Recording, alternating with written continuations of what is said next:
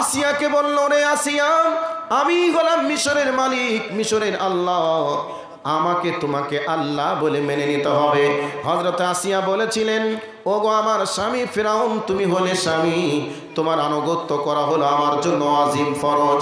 অতএব স্বামী হিসাবে যত তোমার যা কিছু দায়িত্ব আছে পালন করব, কিন্তু আমি আল্লাহর আসনে তোমাকে বসাতে পারবো না। যিনি আসমান জমিনের মালিক তিনি হলেন আমার রব, তিনি হলেন আল্লাহ। অতএব স্বামীর আসনে তোমাকে বসাতে পারবো, আল্লাহর আসনে তোমাকে বসাতে পারবো না।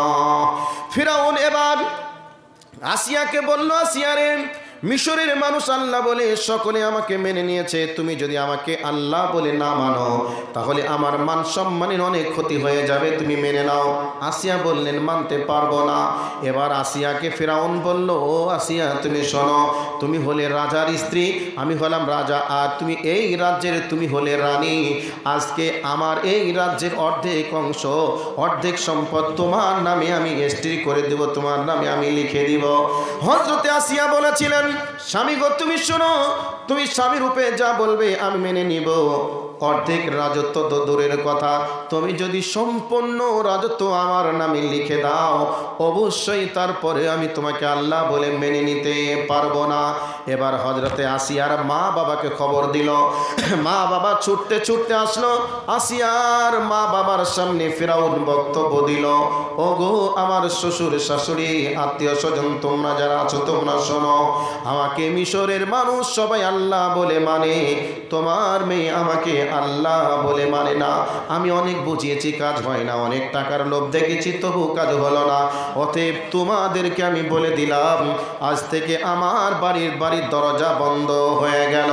ফিরাউনের আসিয়ার মা বাবা ভাই যারা ছিল বোঝালো, ওগো আমার বোন, ওগো আমার মেয়ে, আমরা একটা আল্লাহ জামাই পেয়েছি, আমাদের একটা গর্বের বিষয়, গোটা মিশরের মানুষ আমাদেরকে সম্মানের চোখে দেখে, কারণ আমরা হলাম একজন আল্লাহর শ্বশুর এবং শাশুড়ি। এই কথা বলার পরে হযরতে আসিয়া বললেন, কে তোমাদের সম্মান করে আর না করে আমার এটা দেখার বিষয় নয়, আমি দেখতেও পারবো না। অতএব তোমরা বলো আমাকে কি করতে হবে। আসিয়াকে বলে দিল, তোমাকে আল্লাহ বলে মেনে নিতে হবে। আসিয়া বললেন, পারবো না। এবার আসিয়ার সামনে, আসিয়া যখন ফিরাউনের মা বাবা ফিরাউনের সামনে তার মা বাবার সামনে বলে দিল, এবার ফিরাউন বলে দিল, আজ থেকে আমার বাড়ির দরজা বন্ধ হয়ে গেল। আসিয়ার মা বাবাও তখন বলে দিল, ওগো আসিয়া, তুমি শুনে রেখে দাও, তোমার বাপের বাড়ির দরজা যদি তোমার স্বামীর বাড়ির দরজা বন্ধ হয়ে গেল, তুমি এটা মনে করিও না যে তোমার জন্য তোমার বাপের বাড়ির দরজা বন্ধ থাকবে না খোলা থাকবে, এটা তুমি মনে করো না, বরং তোমার বাপের বাড়ির দরজা আজ থেকে বন্ধ হয়ে গেল।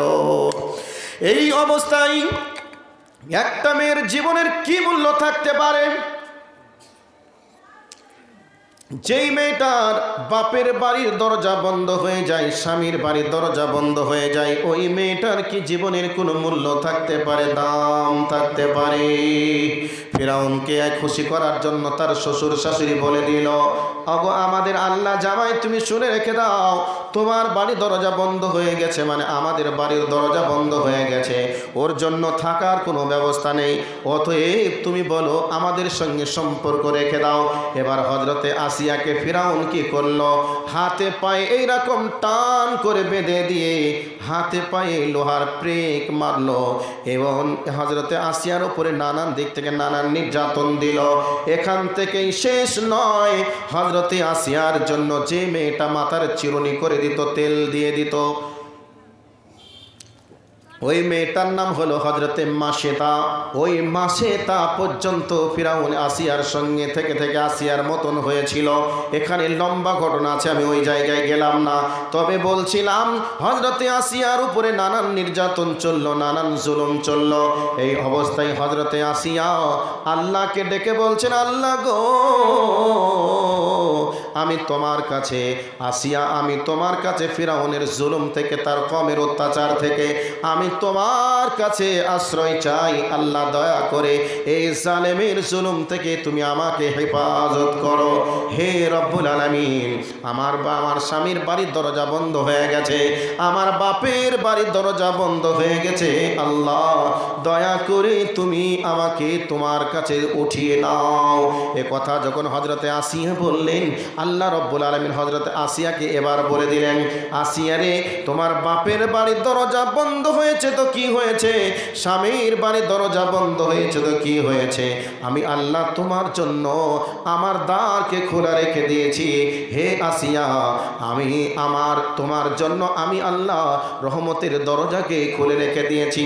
এবার হযরতে আসিয়া আল্লাহকে বলছেন, আল্লাহ গো, আমি যেই জান্নাতের জন্য নিজের জীবনকে উৎসর্গ করে দিলাম, নিজের জীবনকে বিসর্জন দিয়ে দিলাম, আল্লাহ গো দয়া করে আমাকে তুমি সেই জান্নাতটা দেখিয়ে দাও।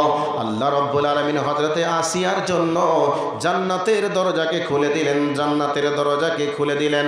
এরপরে আল্লাহকে বললেন, আল্লাহ গো, আমার জন্য আমার ঘরটা যেন তোমার ঘরের পাশেই হয়, আমার ঘরটা তোমার ঘরের পাশে বানাও, আর আমাকে জীবিত অবস্থায় তুমি আমাকে ঘরটা একবার দেখিয়ে দাও। আল্লাহ রব্বুল আলামিন জান্নাতের ভিতরে যে ঘরটা তিনি তৈরি করে রেখেছেন হযরত আসিয়ার জন্য, আসমানের পর্দাকে বললেন, আসমানের পর্দা তুমি খুলে যাও। আসিয়াকে বললেন, আসিয়া রে, তুমি একবার দেখে নাও তোমার ঘর। এবার হযরত আসিয়া আলাইহিস সালাম তিনি জীবিত অবস্থাতে তিনি নিজের ঘর জান্নাতের ভিতরে যে ঘরটা তিনার জন্য আল্লাহ বরাদ্দ করেছেন, ওই ঘরটা তিনি নিজের চোখে দেখে নিলেন।